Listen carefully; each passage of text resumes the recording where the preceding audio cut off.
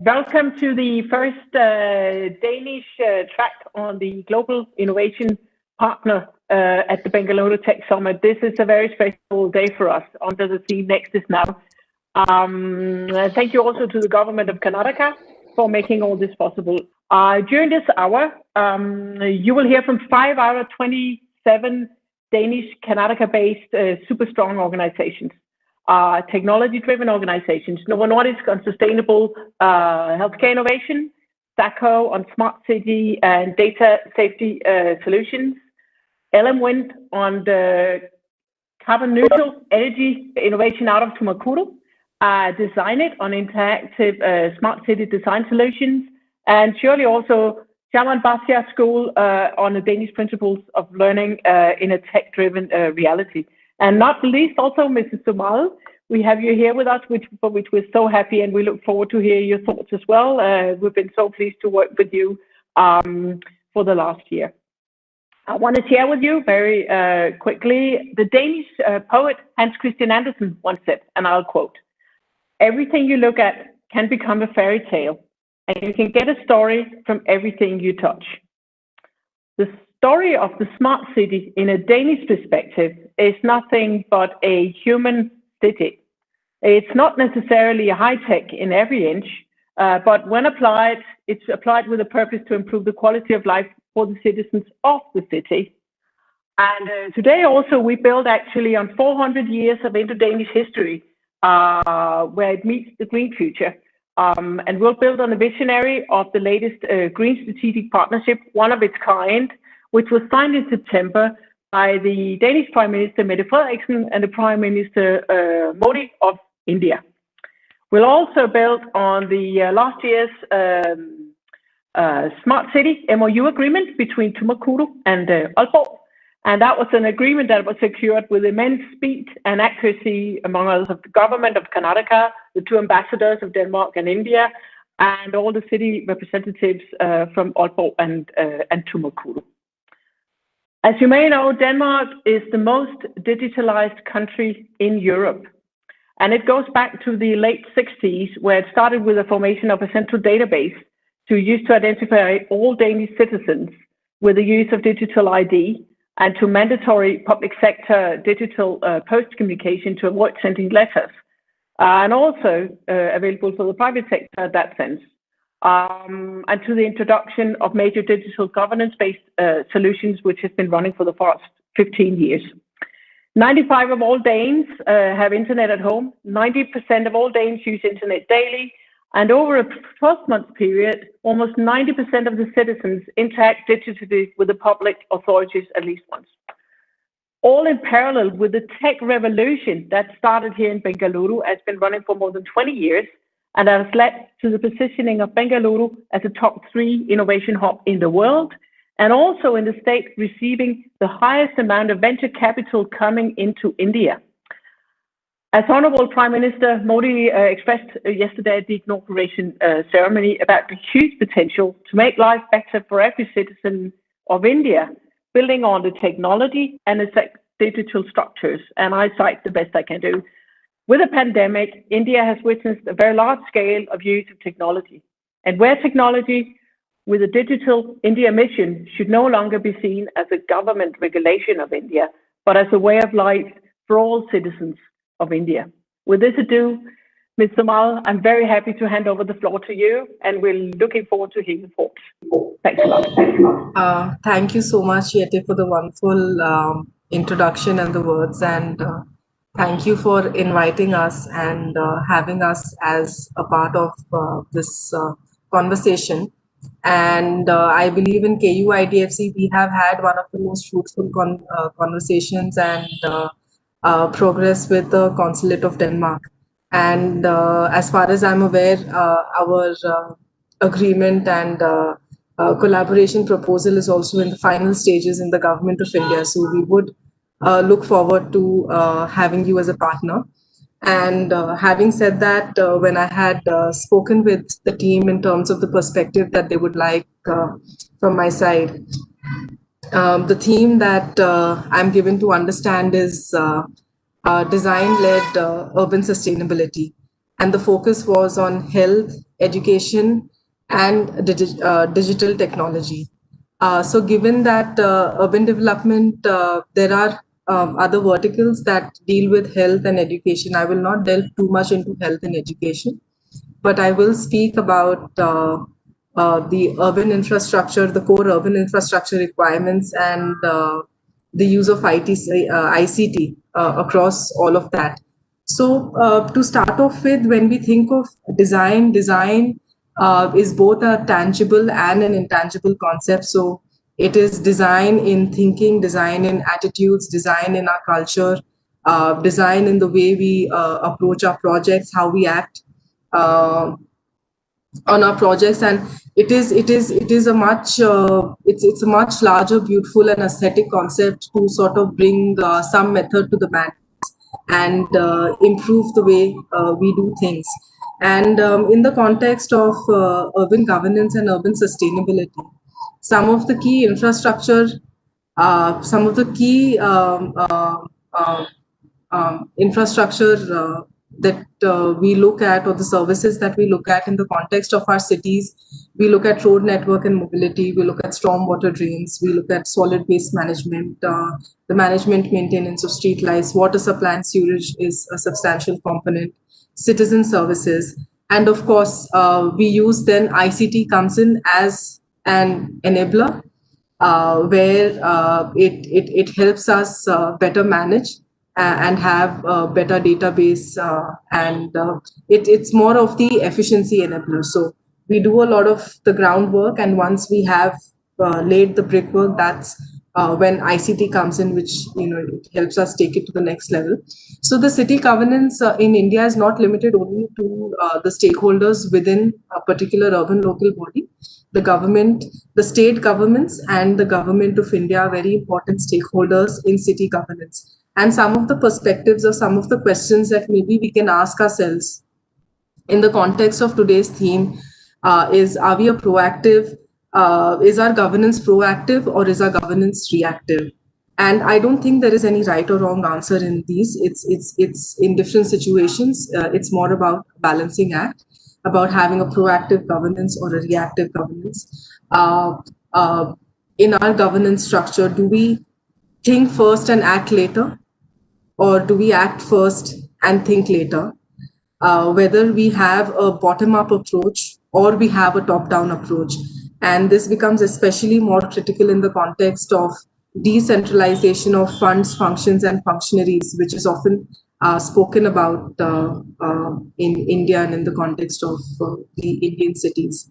Now, these are just some perspectives. Of course, no right or wrong answers. Different situations demand very different responses. But I just thought that we just throw out some of these thoughts. And having said that, the larger goal of the government of Karnataka, and any government, always remains is how can they improve the ease of living of each of their citizens in the cities and across stakeholders, whether it is the government sector, whether it is the private sector, or all the sectors. The aspiration of every individual is a better standard of living and improved ease of living.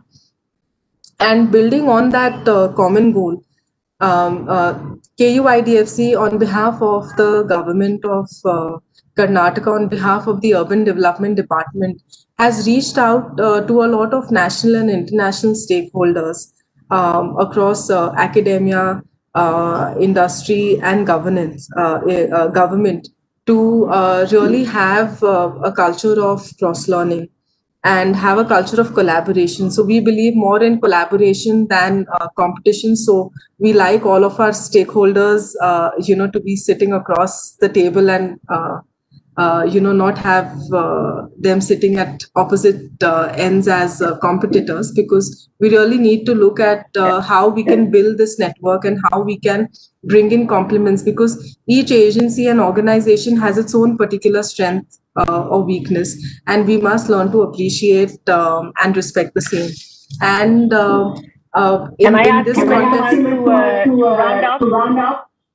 Yes, I'm just finishing. Thank you. So just a few final words is we would like to say that the government of Karnataka will probably be the first government in the country which is looking at having a center of excellence in urban governance and having a data urban observatory. So we already have an urban observatory at the national level. We are looking at having one at the state level, probably be one of the first state governments, and we are looking at knowledge management. We are looking at having startup incubation and acceleration centers. We're looking at tech support. We're looking at international engagement and innovative financing. So in the context of the grand challenge and in the context of all the viewers and audience who would be there, we would be very happy to interact and engage.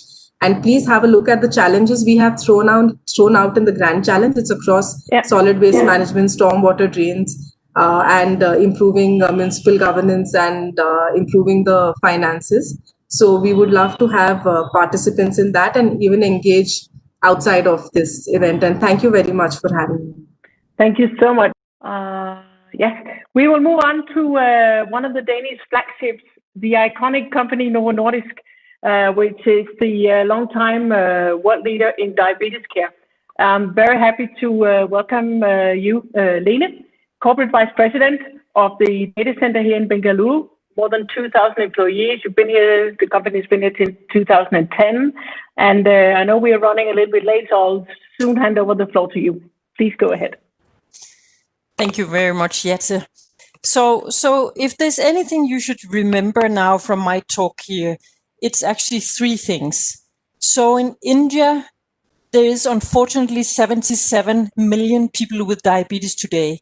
And that's predicted to actually double within the next 20 to 30 years. So having 140 million people with diabetes is going to be an immense burden to the healthcare system when we look ahead. The Indian government had 15th of August, that's the second thing I want to say, they actually launched something called a digital health mission. And the intention is very much to ensure that digital is going to be involved and is going to push the healthcare in India tremendously. Now, the third thing is that with the COVID crisis, we see that the healthcare sector has managed to up its game within the digital developments with at least 10 times. So the sector as such, not only in India, but across the world, that used to be very slow at adopting digital tools has managed to up its game by 10 times. So looking from the outside, this is a sector where there's a lot of opportunities, a lot of digital opportunities, a lot of opportunities to collaborate. Because if this is going to be solved, if we are going to have a well-functioning healthcare sector in India, it has to be via collaboration. And Novo Nordisk has a lot of experience in collaboration. We have, for instance, founded a foundation in '97 in India, which is an education foundation traveling across the world, working with public health organizations, key opinion leaders, government and international organizations to actually enhance healthcare and facilitate awareness and education around chronic diseases.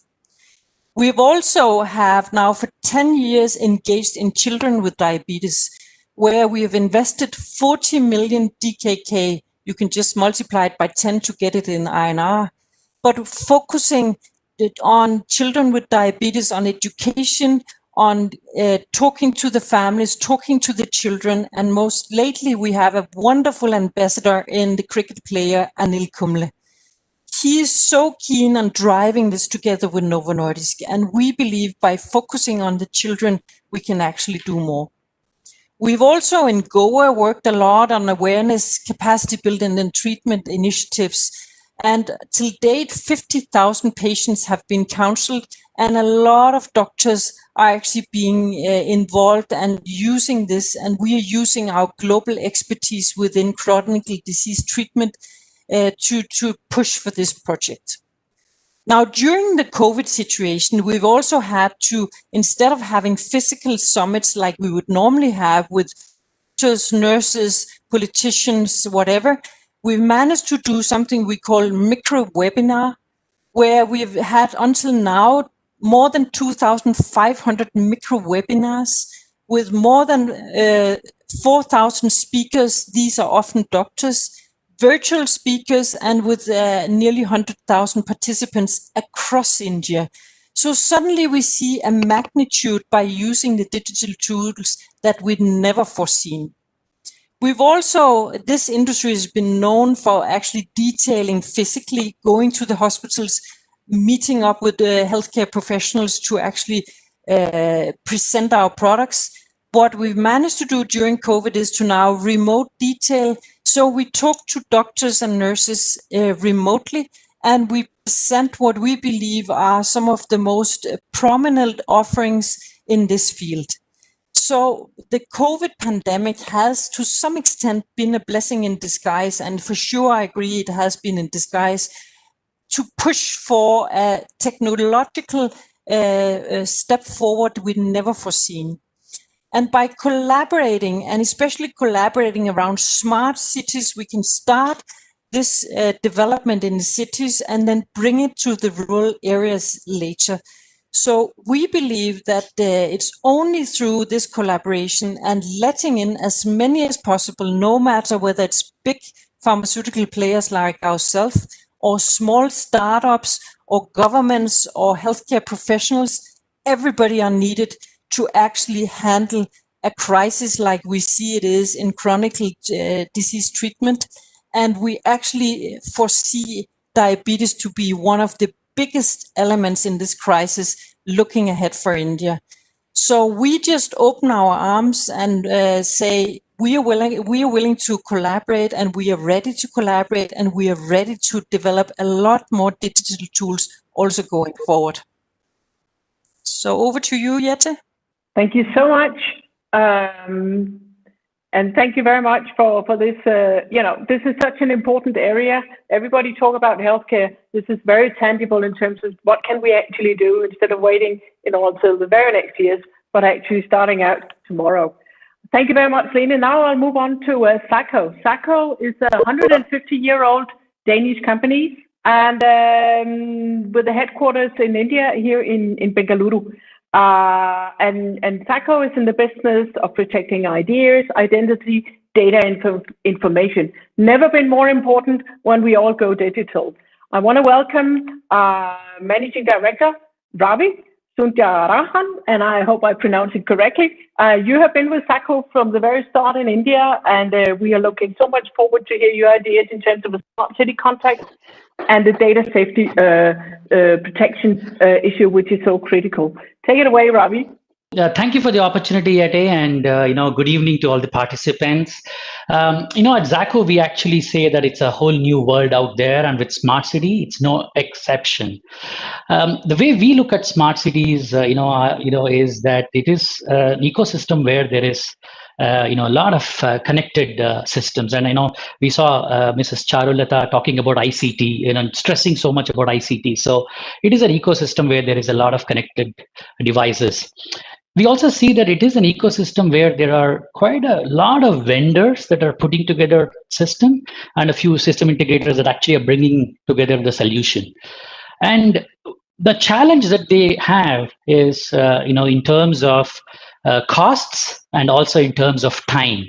And invariably, what comes out of these two challenges is innovation and opportunity. So we believe that at Smart City, because of the connected ecosystem and multiple vendors, there are risks involved, but at the same time, it has a lot of opportunities and for innovation. So before I start, little bit on the giving an introduction about cyber risk that exists in this kind of an environment, I just want to very briefly touch upon the evolution of this risk.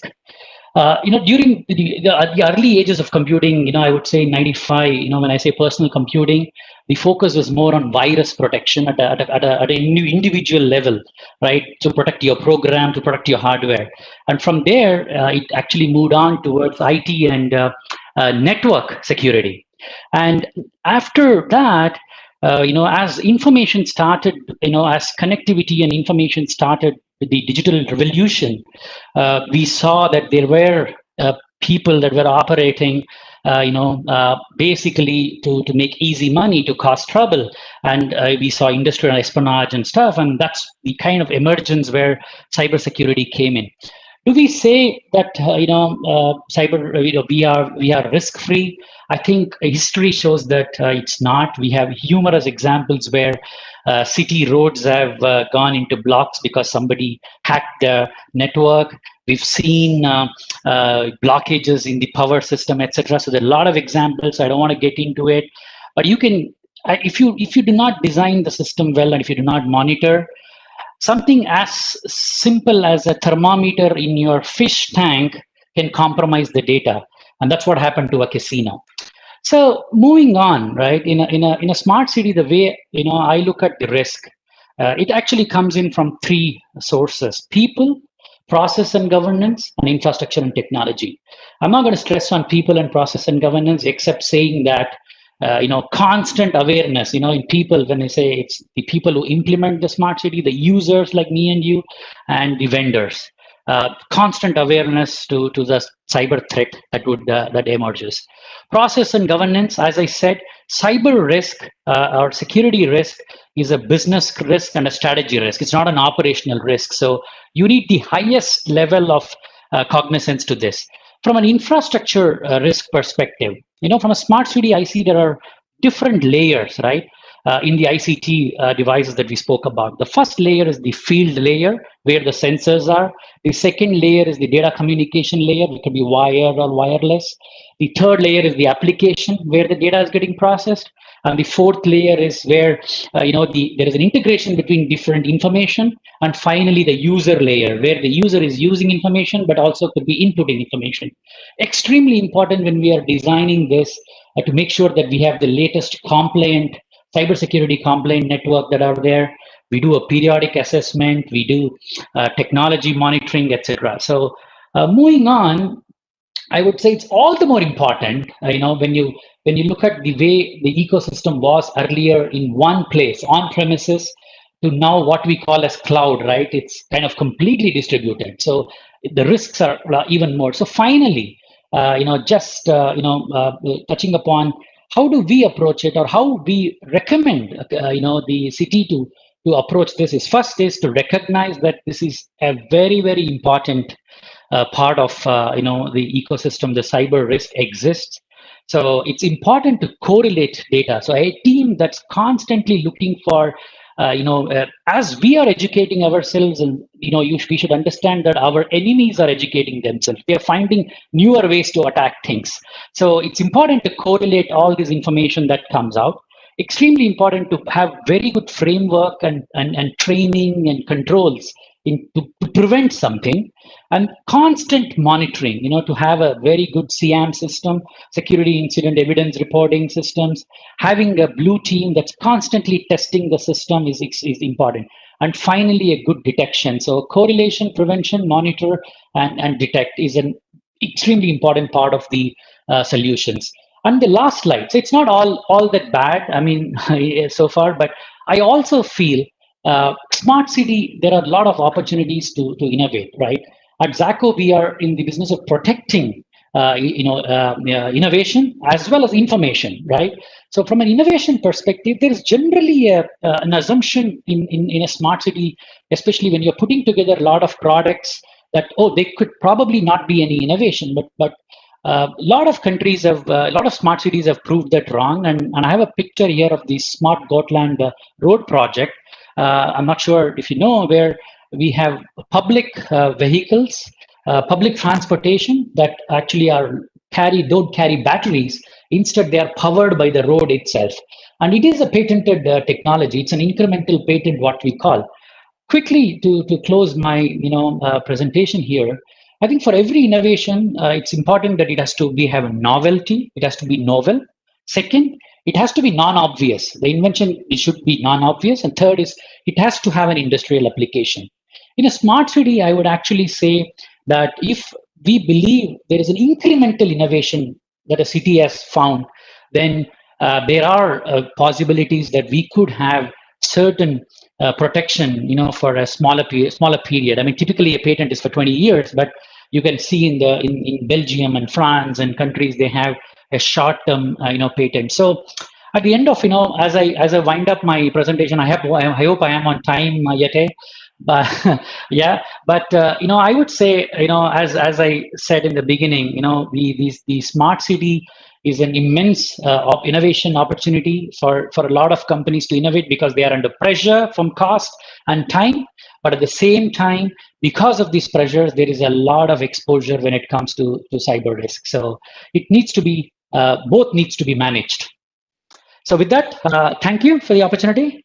Well, Ravi, thank you so much. This is such a critical, sometimes intangible parameter in all of what we do. So thank you so much for tapping into this, also with the Danish capability angle into the Indian context. Now I will move on to another very important player, which would be a very important player in our smart city partner with Aalborg in Tumakuru, LM Wind. And what is actually interesting, that LM Wind goes back to 1940, actually, in a small town in Denmark where you started doing furniture. Then in the 50s, you moved on to say, we better do some glass fiber. And then you changed the name into LM Glass Fiber. And then in the late 70s, you started doing turbine blades. Now you have over 100 meter long blades, which are so fascinating. And then back in 17, GE Renewable has bought you for 1 billion euro, I think, which is quite a lot of money. And today you're just a very important employer in Tumakuru, and you work a lot with innovation also. So, Akhilesh, it's just so great to have you here, and we're looking forward to hear what you have to tell us. Thank you so much. Okay. Yeah. Hey, thank you, Yate. I hope everyone can hear me well. Thanks for the opportunity, and it was great to hear Ms. Charulata, Lene, and Ravi. And in the context of the smart cities and sustainability, which we are talking about, so what I would say that the word sustainable is built in when we say smart city. And so like how we address it as a smart, sustainable city. LM, as Yate talked about, LM stands for Lunderskov Mobile Fabric. Lunderskov is a small town in Denmark, and mobile fabric means the furniture. So that's where we started, and now we are one of the, you can say, very, I would say, highest producers on the wind blade. And in India, our journey goes back to 1993. When we started with a small plant in Hoskote. And then we moved to Dabaspet, which is a town near Tumakuru. And that's where, then we had our R&D center started, which is in the heart of the city. And we expanded to serve the market in India, in Gujarat, Vadodara. And then we inaugurated a new facility last year, again in Tumakuru.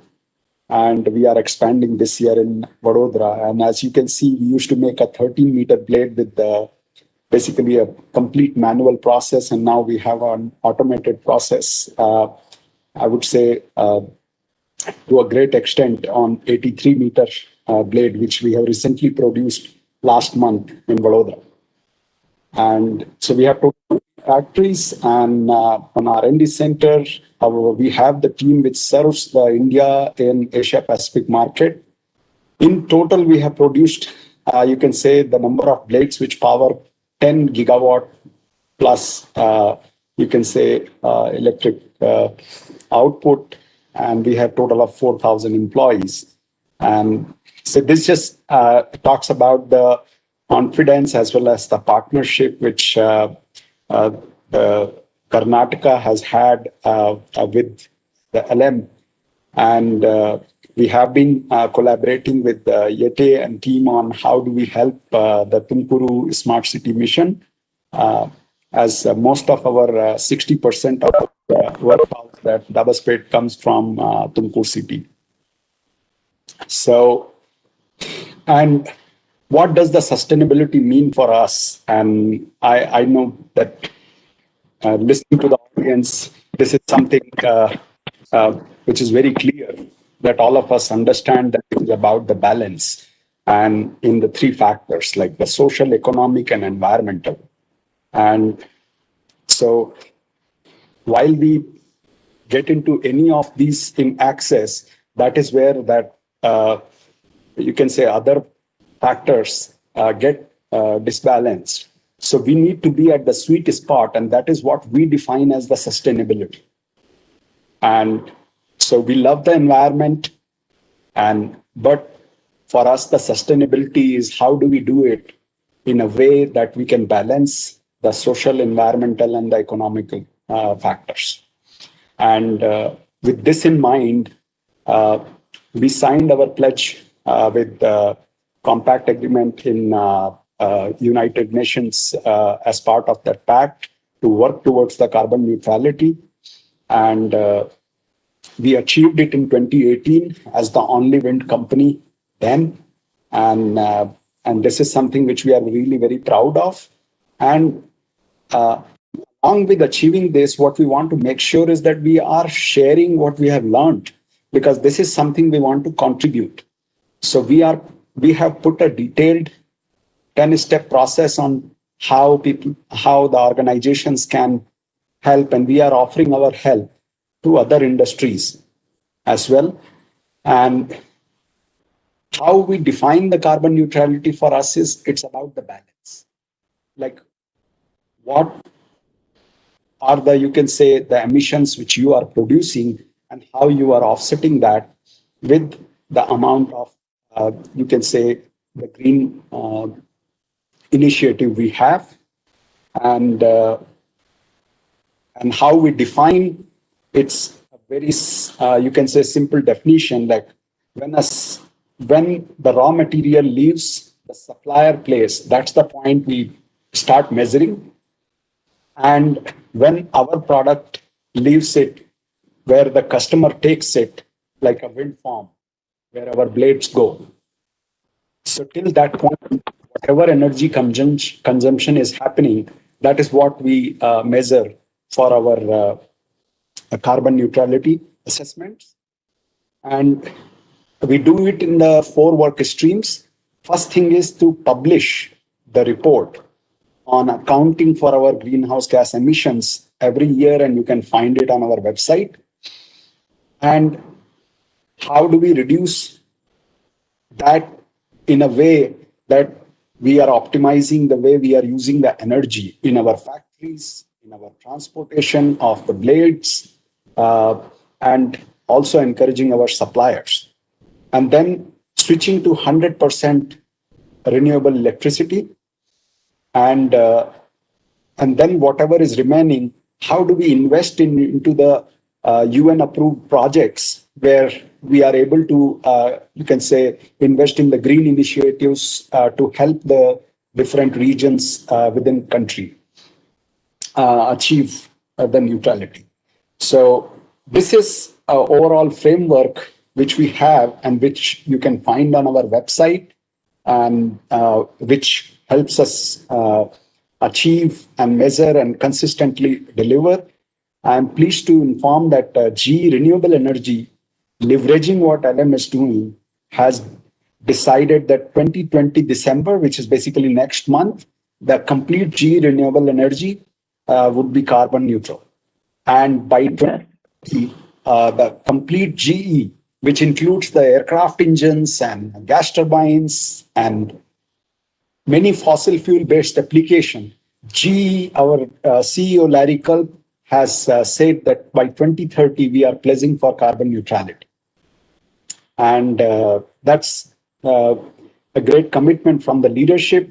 Few of these applications which you can see in our factory at Dabaspet, and you can come and see a road built from the waste of the blade produced. And we have taken Yete there, and she has, and we have our, you can say, our employees who come up with nice ideas to recycle and how we get the waste product into the use at the factory and industry. And this is something which we are really proud of.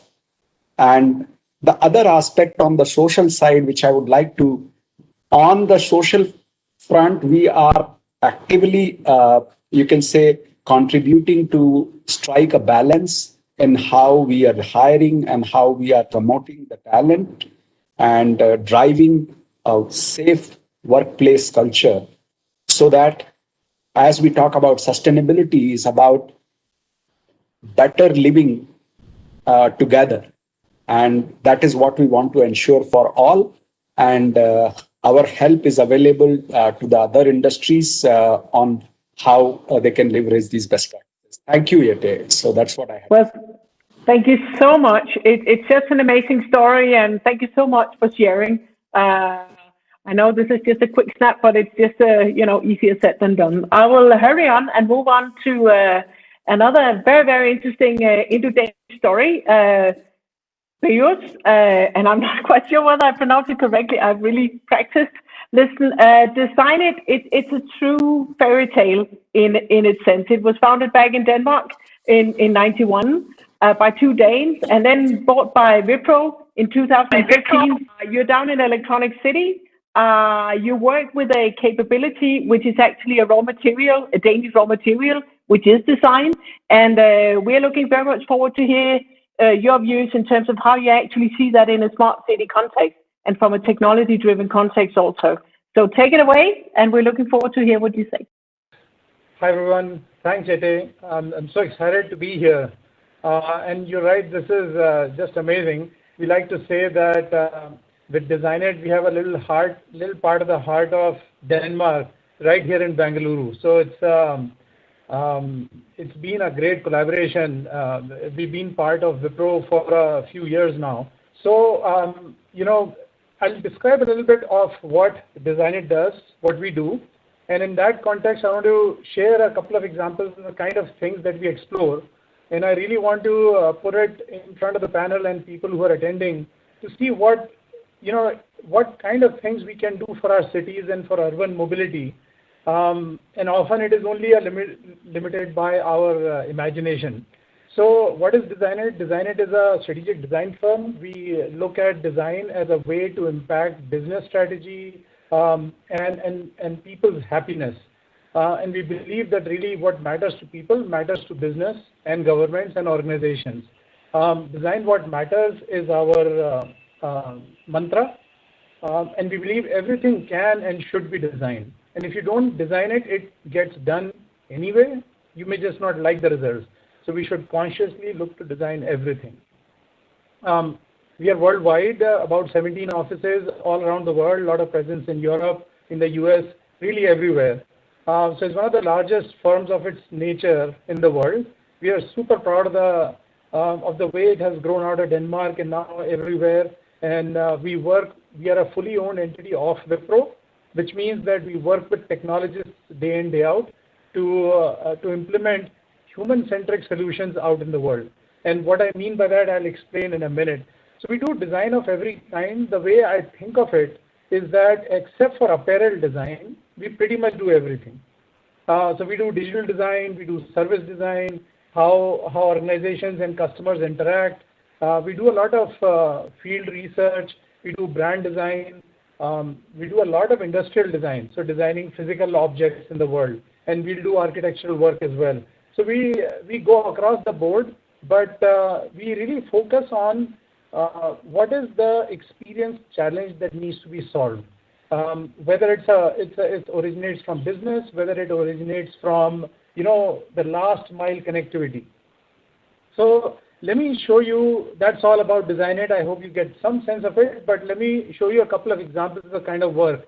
So we recently did, I think it was last year, we did an exploration on future of transit in New York City. So what does tomorrow's transit look like?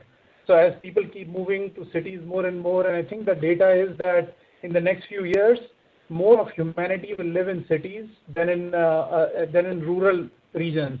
So it's a really important exploration to have. So we did a lot of things. We put up, blank post-its and pens out at metro stations. We had people write their comments. We collected a lot of interactions and what do they mean for the future. We have designed, service manual and operational instructions, interiors and exterior designs of trains for the Copenhagen Metro. So, we do work everywhere. This is one of that. We are so proud and super excited about this and things that we can do in other places. Talking about a different kind of mobility, we've done health and sanitation services on the move for the government of Andhra Pradesh. So it is a platform which connects large and distributed rural healthcare services with government efforts. So there's a whole bunch of mobile van units that go out in villages, and they are super high-tech, connected right to the Chief Minister's bureau, basically. So they can see how many inoculations are happening, how work is happening, things like that. So it's a really intense effort by the state to reach out to places where you couldn't earlier. And we played a big role in terms of design and creating the right dashboards and information for them. This is a completely different piece. You can do human-centric work at a very high scale as well. So we work with the Ministry of Civil Aviation to imagine the future for the Indian flyer. Well, right now it's all, the flights are where they are, but we expect that, we will have 100+ operational airports. And so what does it mean for us as citizens when we go through that whole process, right? So from your home, you take a cab, you go to the airport, then you get in security, then you come in, you drop your luggage off, another queue, for food, there's another queue. So basically, what is your experience and how do we make it better at a policy level? So part of the work that we did was rolled up into the official government policy, which was rolled out, I think, a couple of years ago, and they are still working through it. So we are really happy and proud about impacting at such a scale from a human-centric perspective. Sometimes in India, you have to solve for so many people that the individual user comes last. You have to solve for people as a bunch. But we are never a bunch. We are all individuals. And so what can you do to make our individual lives better? This is something we've done recently, the future of EV two-wheeler adoption in India. So, a lot of two-wheelers are coming out. India is a huge market for two-wheelers. Our automobiles are 75% two-wheelers. And so what does it mean? So we went out and we reviewed a whole bunch of different options that exist, including public options and things that you can buy. We spoke with a lot of buyers or potential buyers. We really try to figure out what do people think about EVs and what the barriers are, because we're very passionate about it. But obviously, it is a new paradigm. And so what does it take for people to decide this is an option for them? So after doing a lot of research, we found, what are the first impressions, what attitudes apply, and what manufacturers and others have challenges. And from this comes out, how should we propagate it? How should we communicate it? So this has been a really interesting exercise for us to see a very fast changing India. And we are talking urban spaces only, but, as EVs become more available and really get more support from the government and all of that, we expect this to just rocket. Finally, I just want to share something very interesting that we are doing right now. This is in Germany. This is a little experiment we are doing with the Civic Society in Germany. So we have come to a concept called Velo Hub, working with an entity out of the local university and others, where we are trying to connect the city and the community together. So we are trying to reshape car-dominated spaces to reimagine a world. If you didn't have a car and if you didn't have the space occupied by a car, what could you do there, right? So imagine this. You see, this is a silhouette of a car, so it takes this much space, and you can see how many cycles can fit in there. So what we did is we developed a modular system to take a unit space of car park and turn it into many options of things that you can do. So it's very modular. It is switch it in, switch it out, and you can do many things. So bike storage, community, green city, other services. So depending on where you are and what is happening, you can do many different things there. So this is another modular system, and you can see how many different ways you can configure this, even as it looks very basic, but it is really quite sophisticated, right? And you can connect it to smart services and things like that. So, and this is done in partnership. Right now, we are putting up prototypes of this to test it out. So it's a really interesting initiative, which I think can be done anywhere in the world. And we would actually love to do it here from things that we have learned over there. So with that, I'll just pause and I'll just stop there just to say that a lot of mobility solutions are in play, and we're really interested in making them citizen-centric, because Unless that happens, top-down doesn't always work. We have to involve everybody in, and that's the philosophy and the approach that we carry. Yate, that's it. Thank you so much, because this leads us to the very core of it all. Because now we're going to hear from Mr. Anderson of Bengaluru, and you actually, I mean, an icon also, and especially an icon in the Danish learning principles here north of Bangalore, where there's a true copy of one of the most famous gymnasiums in Copenhagen. It's actually just right here in Bangalore. Alan and I had a talk some time ago, and what was so interesting is to hear your thoughts about the humanization of technology through the learning principles that you have been working with for so many years. Alan, please go ahead. We will look so much forward to hear your thoughts about this angle, about the driving talent and teaching and the human part of the technology. Thank you very much for having me here, Jette.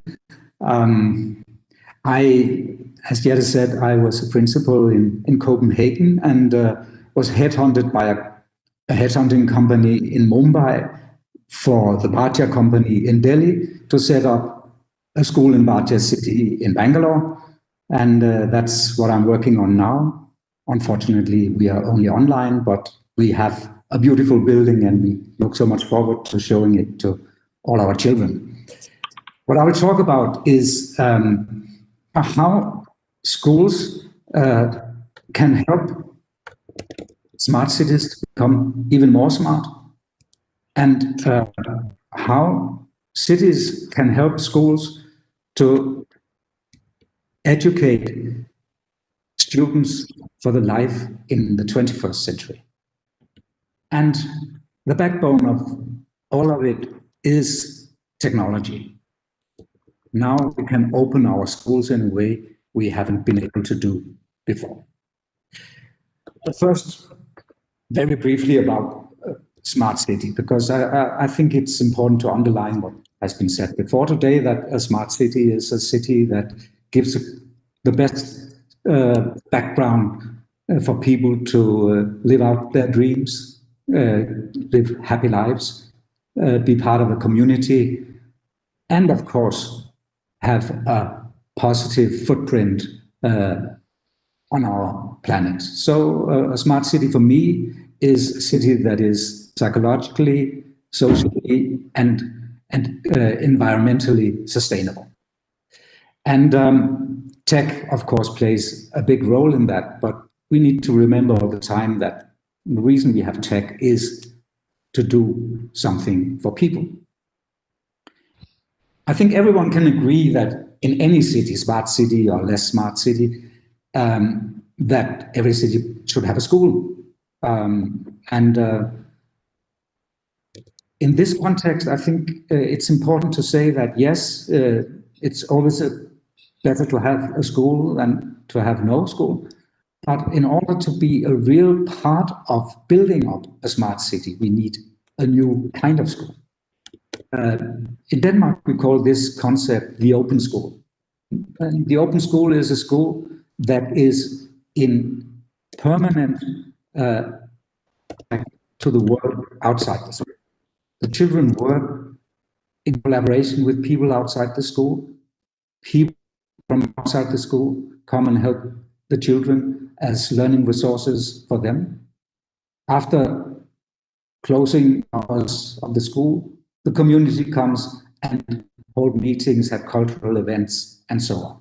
So the open school is, so to speak, to be a little provocative, the opposite of what we see as a normal school in India, with big walls around it and with guards to prevent anyone from fleeing from the city, from school, or intruding into the school. I know there are security issues in India, but with the help of technology, it is actually possible to be in contact with the community around the school. Of course, you should even better come and do inquiry and research work outside the school. But if it's not possible, you can, by the help of technology, be in contact with the local community and with experts from all over the world. German Bharatiya School is from the beginning an integrated part of Bharatiya City. It was planned from the beginning that there should be a school, and it was also planned that this school should be different. It has a focus of developing leadership. I'll not go into detail with what we mean by that, but just to say that the whole philosophy of the school is to develop not only academic competences, but to prepare children for living in the 21st century and have the competences as citizens as workforce for living in the 21st century. And in order to do that, our pedagogical philosophy is very much built on project-based learning. And that means to take a problem for someone and study the problem, and in the end come up with a solution in collaboration with the people who have the problem and present it for them and be part of the implementation of that solution. And for us, there's a contradiction between doing that and having high academic ambitions, which is very important to prepare for the test here in India. We think that we can actually have more deep learning by letting the learners work on real-life problems and solve problems, because when they solve problems for the outside world, they get very ambitious. They want to present the best possible solution. They don't want to do something half. So they work actually harder. And in order to have this kind of pedagogy, every learner in our school will have their own iPad, because the digital technology is important for making inquiry-based learning, for seeking resources, to connect with each other in the project group, to connect with learning resources outside the school, to create solutions, to present solutions for people outside the school. So by having digital technology, we can come out of the traditional rote learning in the classroom and make learning a more independent thing for the students, where the teachers help support them in finding the right resources and be ambitious enough. The projects we will work on will be very much based on the 17 UN Sustainable Development Goals. So that will be totally integrated into our curriculum. And a city like Bharatiya City was planned, there was not so much focus on sustainability as is the case in many new townships in India. So I think we shouldn't underestimate what children can do. So by being an active part of the city and other areas around the school, working with problems in the area, that can be garbage, that can be waste, that clean water, whatever, they can actually present solutions and make the community work on finding solutions. So children should not be seen as someone that will be human beings in 18 years, but as citizens here and now that can actually contribute.